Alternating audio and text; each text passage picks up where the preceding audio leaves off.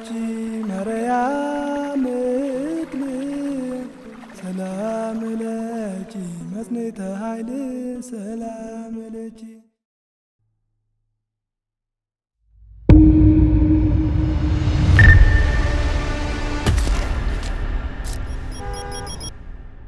ይህ በኢትዮጵያ ዋና ከተማ አዲስ አበባ ነው ቢባል ማን ያምናል? አዲስ አበባ የኢኮኖሚ ብቻ ሳይሆን የታሪክና የሃይማኖታዊ ቅርሶች ሰነድ መሆኗንም የሚመሰክረው ያልተገለጠው ቅዱስ ቦታ ዛሬ ላሳያችሁ።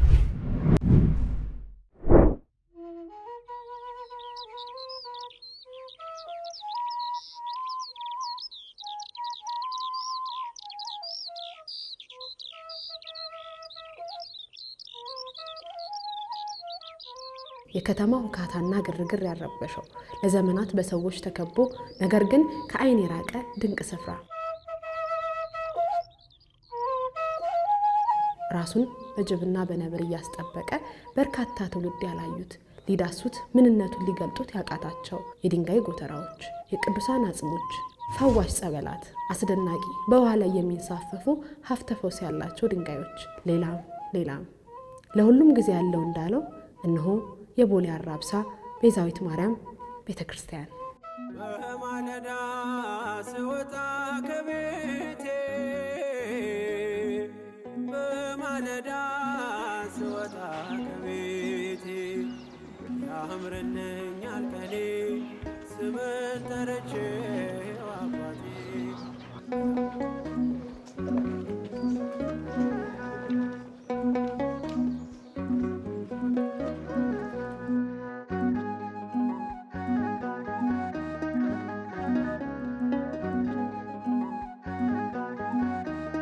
እንዴት ነው መምህር? እንዴት አደረሰት? እንዴት ነው? እንኳን ደህና መጣሽ። እንኳን ደህና ቆዩኝ። በነገራችሁ ላይ ይህን ቤተክርስቲያን ያገኙት አባት የኛው ዘመን አባት ናቸው።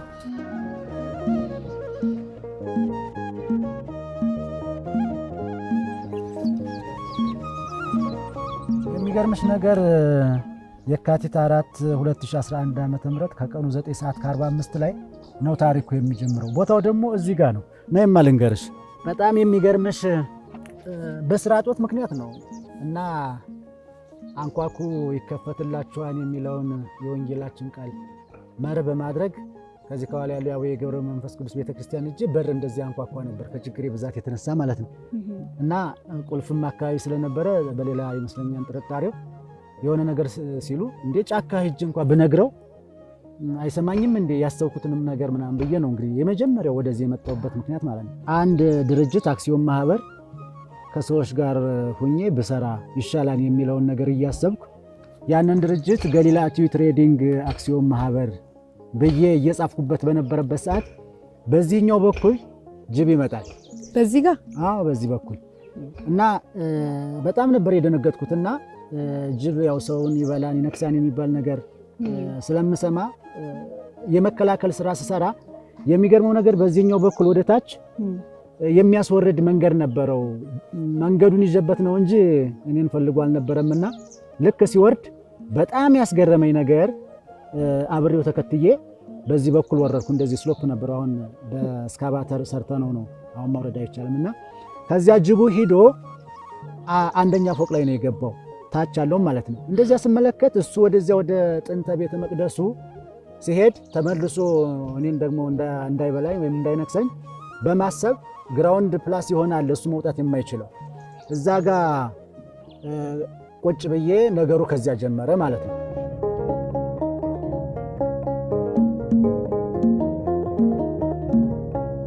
የመጀመሪያው ያው ግኝት ጅቡ እዚህ ነው የገባው። ይሄ ማለት ለዚህ ለጥንተ ቤተክርስቲያኑ አንደኛ ፎቅ የሚባለው ነው።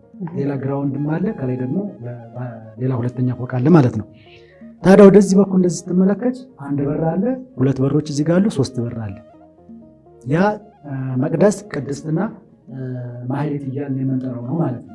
ግን እንዴት አልፈሩም? ጅብ ነው፣ እንዴት ተከተሉት በሰዓቱ? እንግዲህ እንደዚሁ ቁጡ የዱር እንስሳት ሲቆጡ ያስታውቃሉ በመሰረቱ ማለት ነው።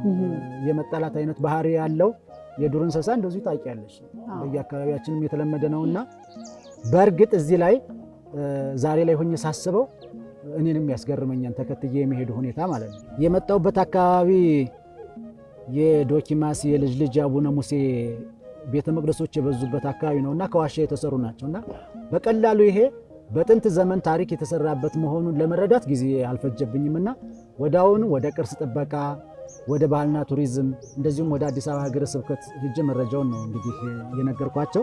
ያው እንግዲህ ታሪክን አባቶችን መጠየቅ ያስፈልጋል እንደየአካባቢው ማለት ነው። እና ወደ አንድ አባት በለቱ 94 የእድሜ ባለጸጋ የሆኑ አባት ወደ እሳቸው ሄጄ በጣም የገረመኝ ነገር ሁለተኛውን ፎቅ በዚያ ሰዓት ራሱ አላውቀውም ነበርና ምንድነው ያሉኝ ከ60 ዓመት በፊት ምንሽርና ባትሪ ይዤ ገብቼ ብለው የሄዱበትን መንገድ ከወደ ኦሮሚያ ወደዚህም ከዚህ ወደዚህ ወደ ኦሮሚያ የሚያስኬደውን መንገድ እሳቸው ነገሩኝ።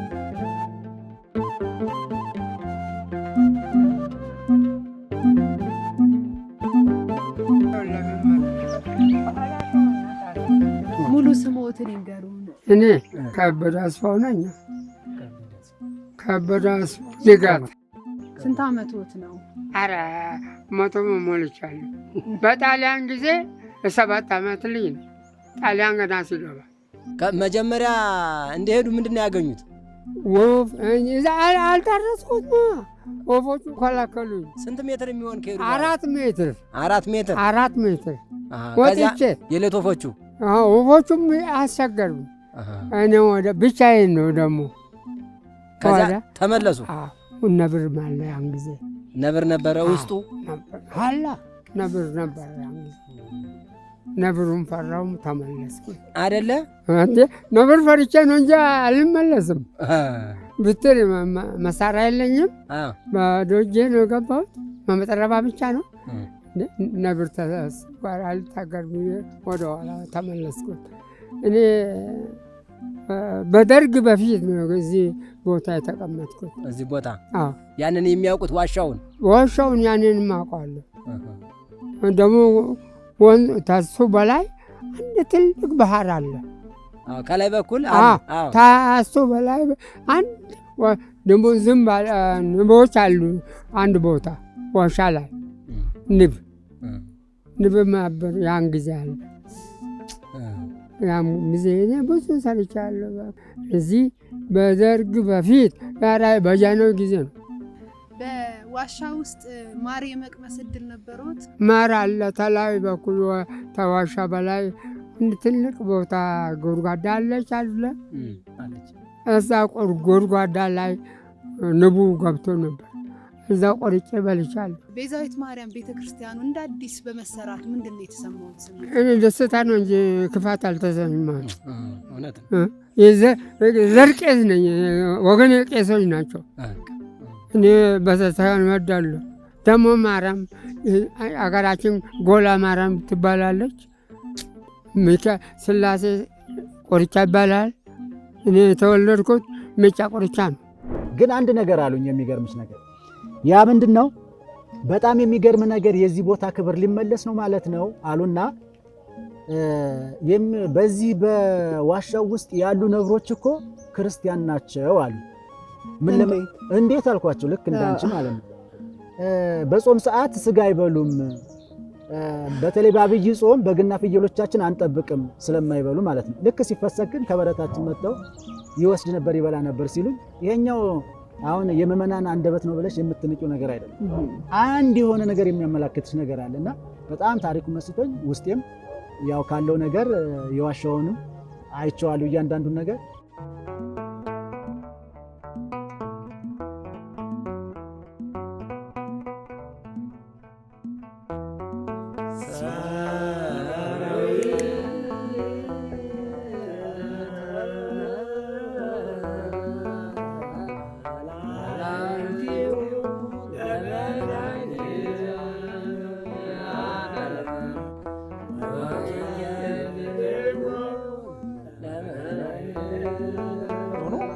ልጄ ወደዚህ ቦታ ላይ የእመቤታችን ጥሪ ነው። ይሄ የሰው ጥሪ አይደለም። ከምንም በላይ እግዚአብሔር አምላክ ቦታው ያድግ ዘንድ፣ ቦታው ይባረክ ዘንድ፣ ቦታው ትልቅ ደረጃ ላይ ይደርስ ዘንድ ቦታው ብቻ አይደለም። ምክንያቱም ሰብ ይቀድሶ ለመካን መካን ይቀድሶ ለሰብ ተብሎ እንደተጻፈ በእውነት ሰዎች በቦታ ይባረካሉ፣ ቦታ ደግሞ ሰውን ይባርከዋል ተብሎ እንደተጻፈ በዚህ ቦታ ላይ በእናታችን በቅድስት ድንግል ማርያም በሷ አሳሳቢነት ነው ወደዚህ ቦታ ላይ መጣ ነው። እንግዲህ ከመጣንበት ሰዓት ጀምሮ ቦታው እጅግ በጣም የሚያስደንቅ በጣም ሊታይና ሊደነቅ ለዛውም በዚሁ በቦሌ አራብሳ በመሃል በዚህ በአዲስ አበባ ላይ እንዲህ አይነት ቦታ ይገኛል ተብሎ ከነጭራሹ የማይታመን ነው። የሚደንቅ ነው።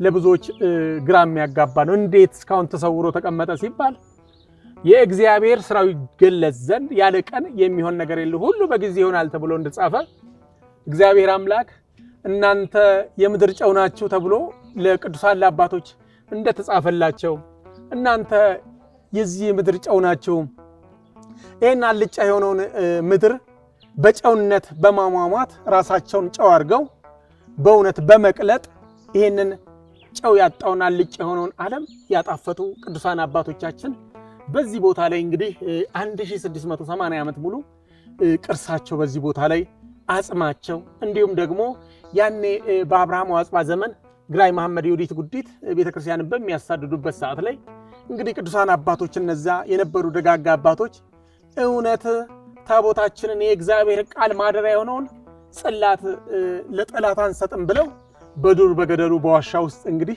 መቅረታቸው ታሪክም በሙሉ የሚታይ ነው። ይህንን ብቻ ዋሻው ያምራል ብለን ማየት ብቻ አይደለም፣ እንደ ትልቅ ሐሳብ ስናስበው የሳባያን ጽሑፍ ሳይቀሩ የተገኙበት ሁኔታ ነው ያሉት።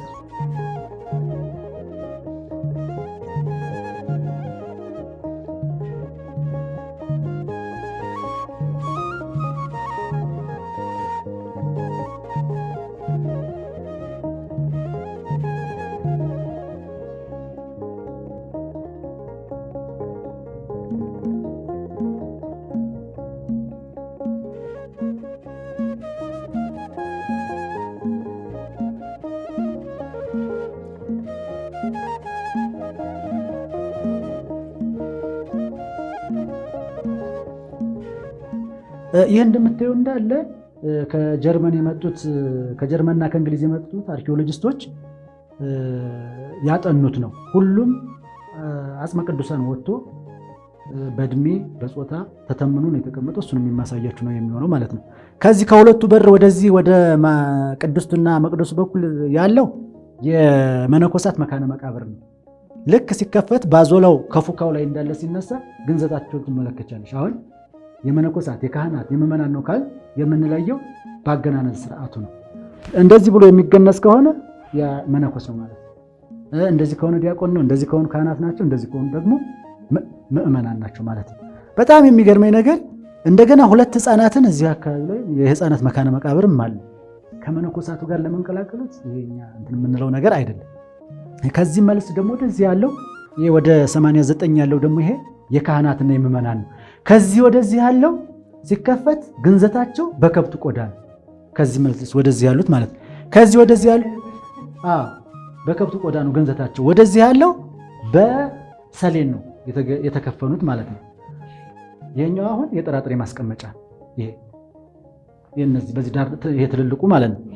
ይሄ አልፎ አልፎ ያለው ደግሞ በዚህ በሸክላ እያደረጉ ዝክራቸው ምናቸውን የሚያስቀምጡላቸው ናቸውና ይሄ ሰፋ ሰፋ ያለው ደግሞ እንደ ምግብ አገልግሎት የሚጠቀሟቸው እዚህ ጋር ያስቀምጡላቸው ነበር። ያው ዝክር ብሎ ነው በቤተክርስቲያን የሚታሰቡ።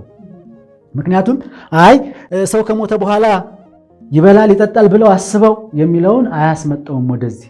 ምክንያቱም ዝክር የሚለው ነው ሚዛን የሚደፋውና ያን በዚህ በኩልም ስንሄድ ወደ ግራውንዱ የምንወርደው ደግሞ በዚህ በኩል አድርገን ስንሄድ ምናልባት ወደዚህ በኩል ማየት ካለባችሁ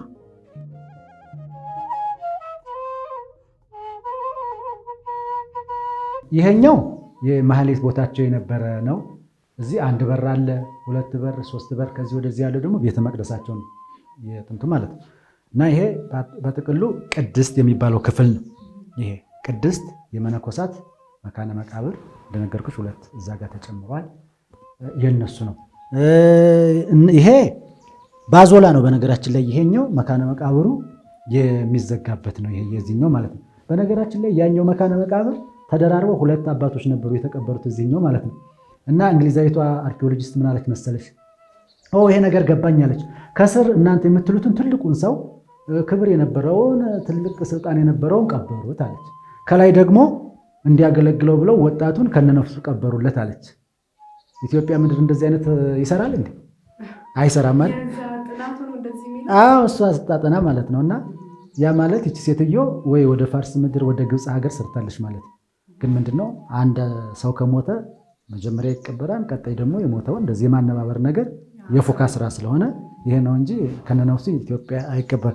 ይሄኛው የምን ማሰሮ ነው ያልሽኝ? እንዳጋጣሚ አሁን ላይ እናንተ የመጣችሁበት ሰዓት የእድሳት ስራ እየሰራን ባለበት ሁኔታ ነውና ይችኛዋ ማሰሮ ታቦተ አማኑኤል በተገኘበት መጻሕፍቶችን ይዛ የተገኘች የሸክላ ውጤት የሆነች እንስራ ነች። መጻሕፍትን ታምረ ማርያምና ድርሳነ ሚካኤል ከተገኙት ይዛ የተገኘችበት ማሰሮ ነች።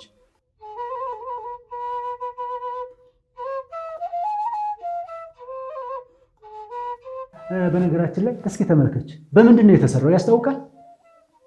በዶማ ነው? በጦር ነው? በአንካሴ ነው ወይስ በምንድን ነው? አያስታውቅም። አሻራ እንኳን የለውም። ለምን? አሁን ይሄ የተፈጥሮ ሳይሆን ቅድም እንደተናገርኩት የኢግነስ ሮክ ስለሆነ በቮልካኖም ስለተመታ በቀላሉ የመፈርፈር አይነት ነገር ያመጣል። እየተፈረፈረ ሲወርድ በአፈርም በእርጥበትም በቃጠሎ ሲሆን ማንነቱን እየለቀቀ መስሎ ይሄንን መሰለን። አሁን ከእውነቱ ላለመውጣት ነው ጥረት እያደረግን ነው። እዚህ አካባቢ እኮ ምስክሮች አሉ። ይሄ ነጫጩ እንደምታየው ጭራጭረት አለው አይደለ? ይሄ እኮ ነጫጩ ሲወርድ ይሄንን መሰለ። በቃ ሌላ ትርክት አያስፈልገው። የምትገኙት ጠበል ሚዲያ ላይ ነው። ሰብስክራይብ ማድረግ እንዳይረሳ፣ ለወዳጅ ዘመድ ማጋራት እንዳይረሳ። አብራችሁን ቆዩ። አርኪኦሎጂስቶች በዚህ ልክ ነው እያንዳንዱ ይሄ የምታዩት መካነ መቃብራት ተከፍተው ግንዘቱን ትመለከቻለሽ። በከብት ቆዳ የተገነዙ አሉ፣ በሰሌን የተገነዙ አሉ። አሁን ምንድነው ያደረጉት? አሁን ለምሳሌ ልክ የዚህ የእንትኑ ባህሪ ይመስለኛል የአፈሩ ባህሪ ይመስለኛል። ልክ እንደ ሀብትዬ ድርቅ አድርጎ እንትን አይለውም፣ ወደ ዱቄትነት ነው የሚቀየረው አጽማቸው ማለት ነው። አሁን ይሄ ከአንድ ሰው የተገኘ ነው። በሌላ ደግሞ ይሄ ደግሞ የአንድ ሰው ነው እንደምታዩ ማለት ይሄ አሁን እንደዚህ አድርገው በጾታቸው በራሳቸው ኮድ በእድሜያቸው እንደዚህ አድርገው ተምነው ያስቀመጡበት አሁን ሁኔታ ነው ያለ። ይሄንን ማለት ነው ይሄ ማለት ነው ይሄ እያንዳንዱ ከመቃብሮቹ የአንድ ሰው ወይ የሁለት ሰው ነው የተገኘው። ያ አንዳንድ ሰው የሁለት ሰው የተገኘው ከዚያ ውስጥ ላይ ያለ ቅድም ያሳየሁሽ። ይሄ ግን ይሄ አንድ ሰው ነው፣ ይሄ አንድ ሰው ነው፣ ይሄ አንድ ሰው ነው። የእያንዳንዱ በእያንዳንዷ በራሳቸው ኮድ አድርገው ነው ያስቀመጡት። አሁን ካለንበት ሁኔታ ሁሉን ነገር እንግዲህ በአንድ ጊዜ ማድረግ አይቻልም። አሁን ይሄ በክብር ተቀምጦ ለወደፊት በዲስፕሌይ አድርገን እንዲጎበኝም የምናደርግበት ሁኔታ አለ። አሁን ያው እድሳት ላይ አይደል ያለ ነው። ሁሉን ነገር የተጠናቀቀ ነገር አይደለም። እሺ አሁን ደግሞ ወደ ግራውንዱ በዚህ በኩል ነው ሄደን የምንወርደው። በጣም የሚደንቅ ነገር ነው እያየን ያለው ነው። ይህን ያህል ዓመት ምንም ሳይበሰብስ ያለ አጽመ ቅዱሳን የአባቶቻችን አጽም ነው ያየ ነው። ተከተሉ፣ ሌላም ድንቅ ነገር እናያለን።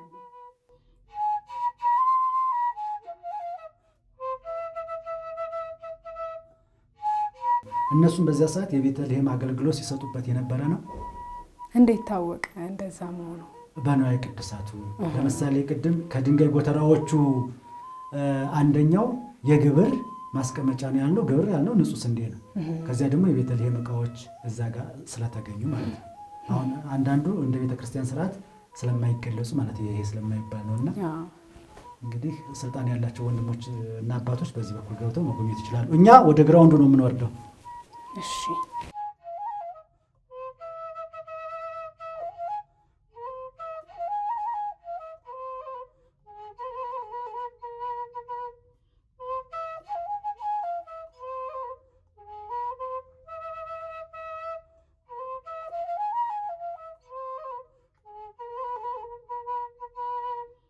እንግዲህ ሚስማር ሳይመጣ ማጠፊያ ብረታ ብረቶች ሳይመጡ እንጨቶች እርስ በራሳቸው እየተዋደዱ ነው በር የሚሆኑት መስኮት የሚሆኑት ማለት ነው። ያውን ጉበን መቃ እየተባለ የሚጠራውን በነገራችን ላይ ከውጭ ሀገር ያሉትን ተመራማሪዎችም ለመምጣት ምክንያት የሆነችው ይች ናት። አሁን በእነሱ የእድሜ ወሰን 1684 እድሜ እንደሆናት ወደ አብርሃና አጽብሃ እዚህ አካባቢም በእነሱ ዘመን አገልግሎት ዋሻው እየሰጠበት ያለ መሆኑ የሚያመላክት ነው ማለት ነው። ይሄ ጉበን መቃ የምንለው ነው።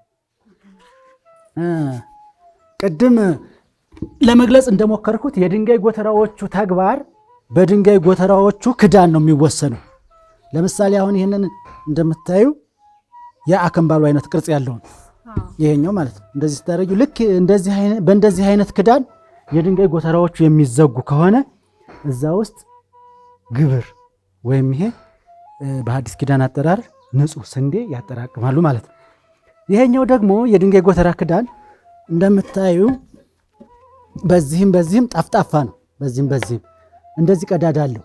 እንደዚህ ሆኖ የድንጋይ ጎተራው ወደ ታች ወረድ ብሎ ተቆፍሮ በዚህ የሚዘጋና ከላዩ ላይ በብዛት አፈር የሚሞሉበት ከሆነ እዚያ ውስጥ የከበሩ ነገሮች ንዋየ ቅድሳት አለ ማለት ነው።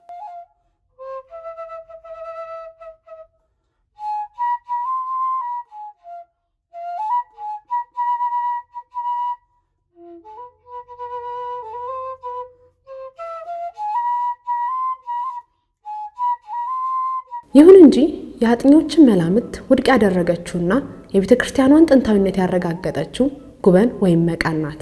ለምርመራ የተወሰደችው ይህች እንጨት ውጤቷ ሲመጣ የቤተ ክርስቲያኗን ዕድሜ በትክክልም ወደ 4ኛው ክፍለ ዘመን ወደ 300ዎቹ ዓመተ ምህረት የሚመልስ መሆኑን አረጋግጧል። በኤረር ግዛት ስር መሆኗ እንዲሁም በአብራው አጽዋ ዘመን ከተፈለፈሉ ዋሻዎች ጋር የዘመንና የኪነ ህንፃ መመሳሰል ይበልጥ መላምቱን ኦን ያደርገዋል። በተጨማሪም በዋሻው የተገኙት ቅሪተ አካላቶች በቤተ ክርስቲያኒቱ አስተምሮና ስርዓት መሰረት የተገነዙ መሆናቸው ይበልጥ ክርስትና ባበበበት ዘመን ላይ መታነጹን ያሳያል። ይህ ታላቅ ስፍራ አሁንም ያልተነካ ብዙ ጥናት የሚያስፈልገው መሆኑን በየጊዜው የሚገኙ አዳዲስ ግኝቶች ያመላክታሉ። እዚህ አይነት የባዛልት ውጤት የሆኑትን የድንጋይ ደወሎች በመጠቀም የኢትዮጵያና የአፍሪካ ካርታን ያካተተች እንዴት አድርገው አከብረው እሷን ራሱ እንዳስቀመጡ የሚገርምሽ ነገርና ይሄ ምንድነው? ይሄ ኢንተለጀንት ኮሸንት የሚባለው ይሄ ምንድነው? አይኪው ነው የምንለው። የዚህ የአይኪው ራሱ የከፍተኛ የአይኪው ባለቤቶች እንደነበሩ ያ ሲገለበጥ የአፍሪካ ካርታ መሆኑን በራሱ እኔ አላቅም ራሱ አስበን ነው ማናቅ። እነሱ ግን እንዴት አድርገው የጥንቷን ሰፊዋን ሀገር አፍሪካን የምትወክለውን የጥንቷን ኢትዮጵያ እንዴት አድርገው አዛምደው ያንን ራሱ በምን እሳቤ አስበው በካርታ ደረጃ እንዳስቀመጡት ራሱ በጣም የሚገርመኝ አንደኛው የድንጋይ እንትን እሷ ነች። ይሄ ምን ነበር? የቮልካኖ ውጤት ነው። ቤተክርስቲያኑን ዋሻ እንዳሳየናችሁ ማንነቱ የተሰራበት ነገር የጠፋው ኢግነስ ሮክ ነው። በነገራችን ላይ አለቱ ማለት ነው። በኢግነስ ሮክ ላይ የቮልካኖ ውጤቶች ሲገኙ በቀላሉ የመፈርፈር ነገር አለ። ይሄ ደግሞ ፖሚስ ይባላል ድንጋዩ ማለት ነው። በምድር ላይ ካሉት የድንጋይ ዝርያዎች መካከል ብቸኛ ውሃ ላይ ሲደረግ የሚንሳፈፍ ድንጋይ ነው። ታዲያ ጎግል አድርገን ስንመለከተው በጣም የሚገርምሽ ነገር በርካታ የሆኑ ጥቅሞች አሉት። አሁን ሳይንሱ የደረሰበት ማለት ነው። እኛም የቤተ ክርስቲያን 4ኛ እምነቱ ነው ይሰጣል ይሄኛው ማለት ነው። ከዚያ ጋር ተያያዥነት ያለው ይሄ ቁርጥማት እሪ ያለበት ሴት እህቶቻችን ደግሞ ማዲያት ነገር ካለባቸው በቀላሉ በዚህ ነገር ማስወገድ ራሱ ይቻላል ይሄ ድንጋይ ማለት ነው። ተንሳፋፊ አይደለ ያልኩሽ? እስኪ ወደዚህ ወደ ባህሩ ልጣለውና ላሳይ።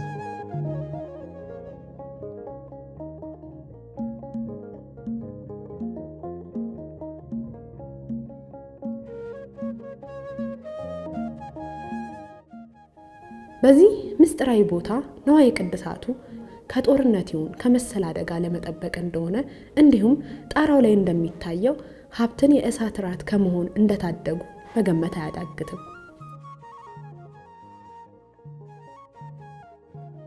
በክብር የተሸሸገው በጊዜ ለትውልድ ግልጥ ሆኗል። ድርሳነ ሚካኤልን በእንስራ ታቦተ አማኑኤልን ባማረ ድንጋይ ጎተራ በክብር አስቀምጠው ነበር። በሚመለከታቸው አካላት ትብብር በቅዱስ ሲኖዶስ መልካም ፈቃድ ጥቅምት 21 ቀን የእመቤታችን የቅድስት ድንግል ማርያም ታቦት በማስገባት በድጋሚ ይህች ቀደምት ስፍራ ወደ አገልግሎት ተመልሳለች።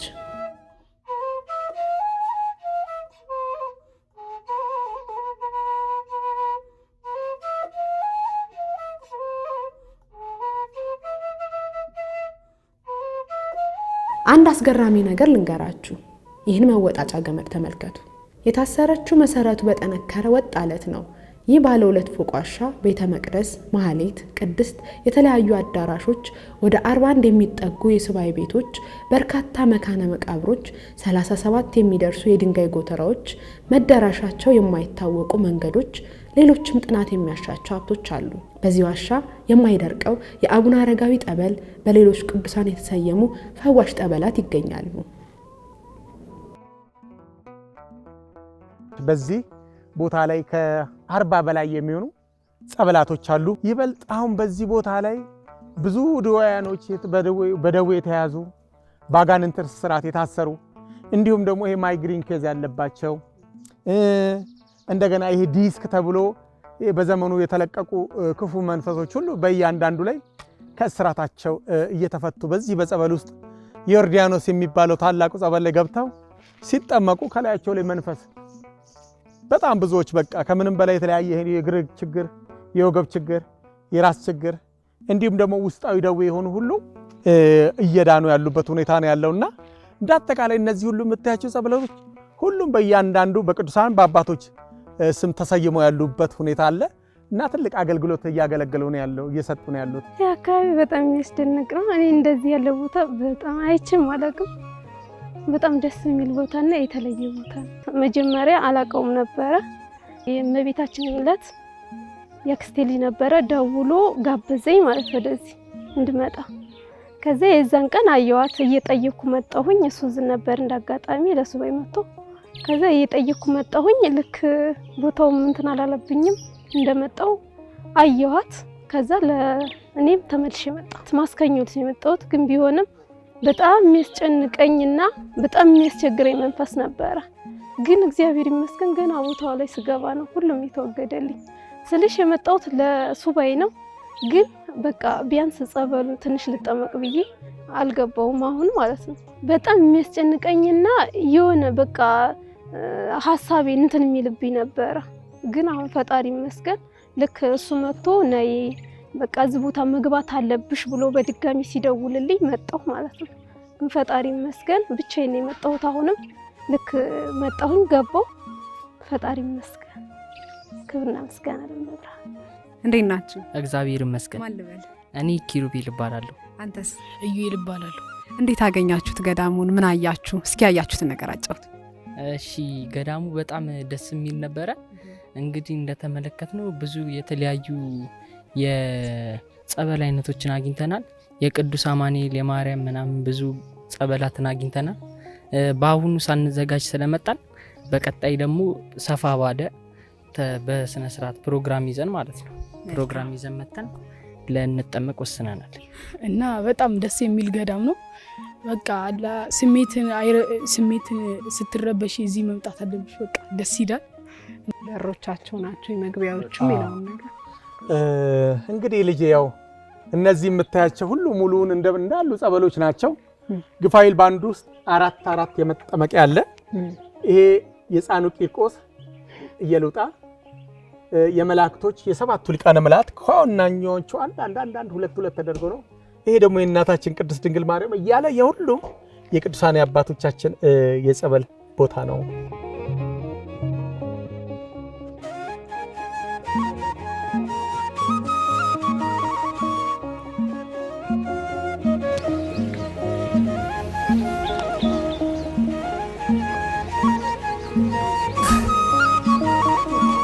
በአጋጣሚ ጸበል ተጠምቄ ወንድሜም እዚህ ይዤው መጥቼ እያስጠመቅኩ ባለሁበት ሰዓት ነው ያገኛችሁኝ። የሚገርማችሁ እቺ የምታዩት ዋሻ አያችኋት?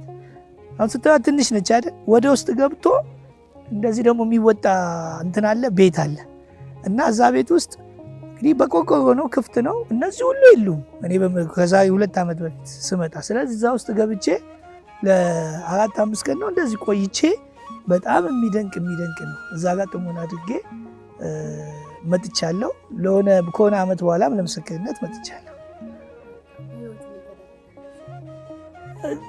ምን ስንቱን ይነገራል። መንፈሳዊ ነገር፣ የጥሞና ጊዜ፣ ከእግዚአብሔር ጋር መገናኘት፣ በተለይ ሃይማኖታችን ጥሩነቱ ስብህና ከመቸኮል የሆነ ነገር ከማለት ምናምን ጊዜ ከእግዚአብሔር ጋር የሚወሰድበት ስፍራ ነው። በጣም ጸጥታ ያለበት ስፍራ ነው። መንፈሳዊ ነገር እንትን የሚገርምሽ ልብስ የለ ምን የለ የምትተኙ ፍራሽ የለ እንትኑ ላይ ነው መሬቱ ላይ ነው። በጣም እንቅልፍ ይዞሽ ይሄዳል።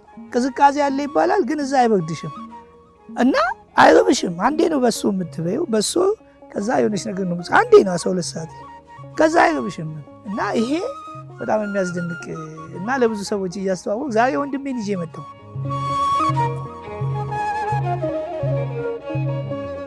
እንደ ቦሌ አራብሳ ቤዛዊት ማርያም የሚደንቅና ትልቅ እየሰራን ያለነው ነገር በአንድ መስኮት በርካታ አገልግሎት የሚገኝበትና አሁን ያደረግነው ከ40 በላይ ጸበላቶች ዋሻ ውስጥ አድርገናልና ይሄ ሁሉ የቅዱሳን ነው። ነገር ግን የሁሉ ጸበል ከየት መጣ የሚለውን ምንጭ ሥላሴ ነው። ሥላሴ አስገኝ ነው። ሁሉ ነገር ከሥላሴ ያለ ሥላሴ ለነሱ ይሰጣን የሚለውን የምልጃ ሰንሰለት ራሱ የፈጠርንበት ነገር አለ። 14ቱ ምዕራፍ መድኃኒታችን ኢየሱስ ክርስቶስ በሚሰቀልበት ሰዓት 14 ጊዜ አርፏን ይባላል። በቤተ ክርስቲያናችን አስተምህሮ 14ቱ ምዕራፍ እየተባለ ይዘከራልና እሱን ጭምር እየሰራንበት ያለ ሁኔታ ነው። የመጽሐፍ ቅዱስ መታሰቢያ በዓለም ላይ አንዲት ሀገር ነች። ባንዲራዋ ላይ ሰንደቅ ዓላማዋ ላይ መጽሐፍ ቅዱስን የሳለችና ብዙም ድነቱ ነው የሁሉ መጻሕፍት ወላጅ እናትና አባት ነው። መጽሐፍ ቅዱስ መታሰቢያነቱ የለም። አደባባይ አልተሰየመለትም። የሆነ ተራራ የለውም። የሆነ ነገር የለውምና በቦሌ አራብሳ ቤዛዊት ማርያም ግን የነ የብሉይ ኪዳንና የአዲስ ኪዳን መታሰቢያ በራሱ እየተሰራ ነው። እሱም የምናሳያችሁ ነው የሚሆነው። በርካታ ነገሮች እናያለን። እግዚአብሔር ከፈቀደ እስከ ዱር እንስሳቱ ጭምር ማለት ነው። በተሰሩት ስራዎች ላይ የመንፈስ ቅዱስ እገዛ ሳለበት ነው እንጂ በዚህ በቅርብ ጊዜ ውስጥ ይህን ያክል ልማት ይለማል ተብሎ የማይታሰብ ነው። ዋሻዎቹ፣ ጸበላቶቹ፣ ሱባኤ ቤቱ፣ ሌሎችም ልማቶች ይሄ ደረጃው ጀምሮ ከላይ የወረዳችሁበት ደረጃዎች አማኑኤል ቤተክርስቲያን እነዚህ በ4 ዓመት ጊዜ ውስጥ መሰራታቸው በጣም እጅግ የሚያስደንቅና የሚያስደስቱ ናቸው በህይወት የዘመን ማለት ነው። ሰሞኑንም በሚዲያዎች በተለያዩ ሚዲያዎች እያስተዋወቅን የገቢ መሰባሰቢያ እየተደረገ ነው። በእርግጥ የተወሰኑ ገቢዎች አሉ፣ ግን አልተሸፈነም። ሁለተኛው ደግሞ ውሃ አስጠልቼ ከከርሰ ምድር ውስጥ ሰው ስለሚበዛ ብዙ ታማሚዎች ይመጣሉ። በነገራችን ላይ በክራንች የሚመጡ አሉ። አይን ብርሃን የሚያዩ ሰዎች አሉ። ራሳቸውን መቆጣጠር የማይችሉ ሰዎች አሉ። እነዚህ ሁሉ ምን ያስፈልጋቸዋል? ውሃ ያስፈልጋል። ሰፊ ውሃ ለሚጠጡትም ለጸበልም ማለት ነው። ጸበላቱ ምንጭ አለ፣ ይደርቃል እና ያኛው በሚያልቅበት ሰዓት ጸበል ተተኪ ጸበል ከከርሰ ምድር ውስጥ ፍል ነው ተጠምቷል። በሚዲያዎች ውሃ ልማትም አጥንታውት ባለሙያዎች መጥተው ከከርሰ ምድር እንደሚወጣ 220 ሜትር ላይ እንደሚገኝ እነዚህ መሰረታዊ ልማት ለህዝቡ ካለው ከከተማ ወጣ ያለ እንደመሆኑ መጠን ጸበለተኞች የሚመጡት ተገቢውን የሆነ አገልግሎት እንዲያገኙ እፈልጋለሁ። ወይ ያስፈልጋል። ልብሳቸው ይታጠባል። እዚሁ ላይ ልብሳቸው የሚያጠቡት የሚጠጡት የሚታጠቡበት ራሱን ይቻላል ውሃ ያስፈልጋል። ከጸበል ውጭ ያለው ውሃ ማለት ነው። እና ደግሞ ይሄኛው ሲሆን ሁለቱም ቦታ ላይ አገልግሎት ስለሚሰጥ ለጸበሉም ራሱን ይቻላል፣ ለህዝብም የሚጠቀመው ራሱን ይቻለ ሁለቱም ጥራት ተደርጎበት ነው የሚጠጣና ለጸበል የሚሆን ነው። ያኛው ሙቅ ነው የሚሆነው። ከከርሰ ምድር ላይ ሲመጣ ሙቅ ጸበል ነው የሚሆነው። እነዚህ ለወደፊት ለመስራት ያቀርናቸው እቅዶች ናቸው። ከዚያ ውጭ ግን ብዙ በመንግስት ጥያቄዎች ነበሩ። በጠየቅንበት ሁሉ እግዚአብሔር ረድቶ ምላሽ አግኝተናል። በአሁኑ ሰዓትም ካርታ ተለክተን የቤተ ክርስቲያኗን ካርታ ልኬቱ 32000 ሜትር ተለክቶ ይህንን ካርታውን ለማግኘት በመጠባበቅ ላይ ነው ያለነው። በኦንላይን ተመዝግበናል። አሁንም ደግሞ መንግስት እናስተናግዳቸዋለን። ለቤተ ክርስቲያኑ ተገቢውን የሆነ እንሰጣለን። ግንባታዎች ይቀጥላሉ። ግንባታዎች በሚቀጥሉበትም ሰዓት ውሃ ያስፈልጋል። ህንፃ ቤተ ክርስቲያን ይሰራል እና ይሄኛው ውሃ መሰረታዊ የሆነ ስለሆነ ይህንን ለመስራት ወደፊት ያቀርናቸው እቅድና አላማዎች ናቸው። ሌላ መካነ መቃብሩ፣ የቀደሙት አባቶች ወፍጮዎቹ፣ ድንጋይ ደወሎቹ እነዚህ በእኔ ዘመን በመገኘታቸው እና ከኔ ጋር አብረኝ በመሰረቱ ከስራ ባልደረቦች ጋር በማግኘታችን በጣም እንደሰታለን። ለዚህ ለቤተ ክርስቲያን ያደረጉት በጣም ብዙዎች ናቸው። ከዚህ ከአዲስ አበባ ብቻ አይደለም ከውጭ ድረስ በሚዲያ ሲሰራጭ የሰሙ በጣም ብዙ ማህበረሰብና ረድተዋል፣ አግዘዋል። እነሱን ላመሰግን እወዳለሁ። እግዚአብሔር በያሉበት እግዚአብሔር ባርካችሁ እላለሁ። ሌላ ደግሞ ላመሰግን የሚከፍለው የወረዳ 4ን ጽሕፈት ቤት ወረዳ 4 በለሚኮራ ክፍለ ከተማ ወረዳ 4 ከሰላምና ጸጥታው ጀምሮ ያለው ጽሕፈት ቤት ለምንሰራቸው ስራዎች ከኛ ጋራ ጎን በጎን በመሆን ሁሌ ስለሚረዱን ስለሚያግዙን ክፍለ ከተማው መራሱ ስለሚኮራ የመንግስትንም አካል የቤተ ክርስቲያን እዚህ ደረጃ ላይ እንድንደርሰው ለፈቀዱልን እነሱንም ላመሰግን እወዳለሁ። ይህ ቅዱስ ስፍራ የሁላችን ነው። ስለዚህ በገንዘባችን፣ በእውቀታችን፣ በጉልበታችንና በጸሎታችን መደገፍ ይገባናል። የቀድሞ ክብሩ ተመልሶ ሲያበራ እኛም ከገጸ በረከቱ እየተባረክን በጸበሉ እየተፈወስን ልባችን ሰላም እያገኘ በሱባኤ ቤቶቹ የጸሎት ምላሽ እየተቀበልን በተፈጥሮ ውበት በቅርሶቹ እየተደነቅን ግሩም ግሩም ግሩም እንበል። ይህ ቦታ መጠበቅ አለበት። ታሪካችንን፣ እምነታችንን፣ በረከታችንን መጠበቅ አለብን። ቤዛዊት ማርያም